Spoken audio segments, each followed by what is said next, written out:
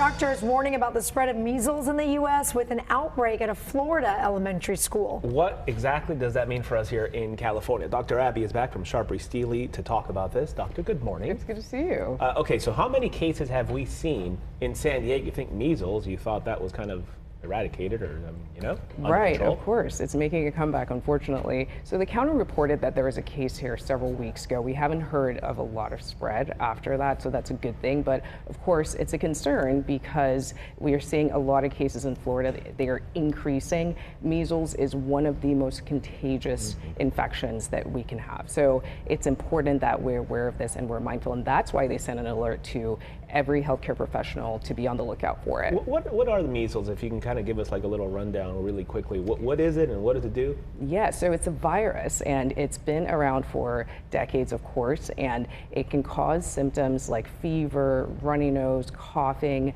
pink eye symptoms, and then of course a rash, which happens after that.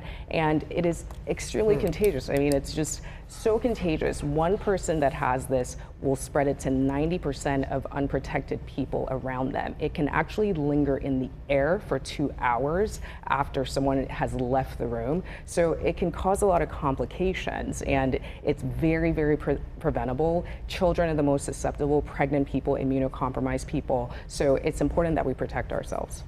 When you talk about the measles spreading and being contagious, does it spread between people who are not vaccinated? Because isn't it one of the vaccines that the kids get standard? Yes, absolutely. It's one of the standard vaccines that are required. Unfortunately, what we're seeing is that people are now having vaccine hesitancy to it and getting these exemptions that are not appropriate. And so we're seeing it spread more. But you're right.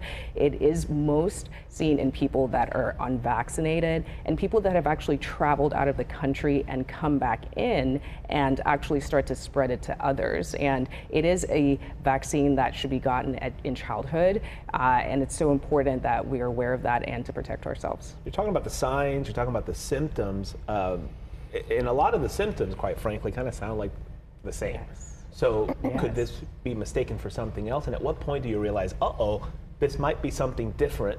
I need to go get this checked out. We need to take the kid to go get it checked out. What point does that happen? That is such a great point to bring up because unfortunately, part of the reason why it's extremely contagious is that someone can have this, first of all, and spread it without knowing for several days prior. And the initial symptoms mimic like a cold virus. And you don't know that you have this until you get a rash, which also could be a rash that's seen in other conditions like things like hand, foot, and mouth disease, all of that. So it's important to take a history if you're a healthcare professional. Again, this is not just, of course, for our community. I hope that healthcare professionals are watching this because you want to make sure that you ask about recent travel, if someone is vaccinated or if they're not vaccinated. Every time you see, especially children, coming in with these types of symptoms. So that's, of course, something to remember and to think about. Would you consider this to be serious? Like parents here in San Diego should be concerned about this? Everybody should be concerned because this can be very, very serious.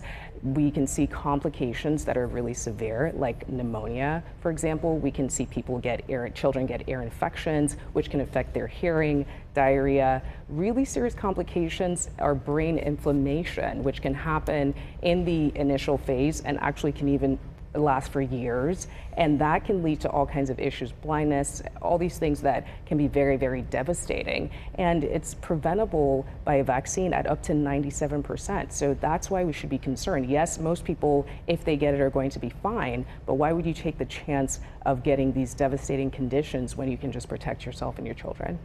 And you mentioned this, it's a standard vaccination. It is. That's been around for a very long time. Yes. Okay. Dr. Abby, we thank you as always. Thank you. It's good to Thank see you. you. Good to see you.